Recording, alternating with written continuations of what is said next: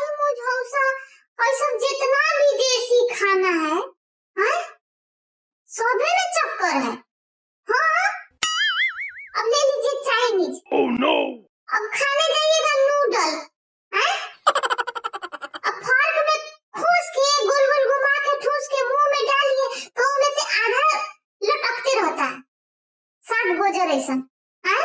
Oh no! ओकर बाद से शुरू के खाइए, करेक्टर है उसका जी, कोनो करेक्टर ही नहीं है उसका, हैं? लूज करेक्टर सब। अब दूसरा का हुआ बर्गर, हैं? अब वो बर्गर खाने जाइए तो समझिए नहीं आता है कि वो कहाँ से काटे, कहाँ से शुरू करे, कैसे खाए।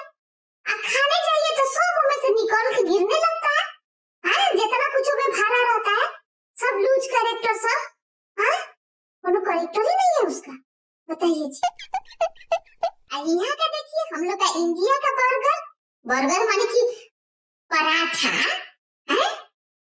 आलू का पराठा है, गोभी का पराठा, सत्तू का पराठा है, कोनो चीज का पराठा, कितना सेफ एंड सिक्योर है, और करेक्टर लूज नहीं, एकदम फिट। Oh no!